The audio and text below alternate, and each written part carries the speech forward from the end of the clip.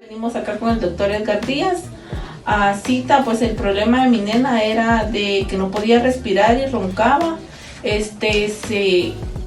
Con la atención que el doctor le dio, se tenía que hacer una cirugía.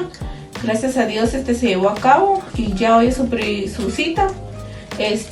Pues ya mejoró, ya puede respirar, ya no ronca, y le estamos agradecidos a Dios primero, y tanto como al doctor y a su equipo de trabajo, y todo ha salido bien.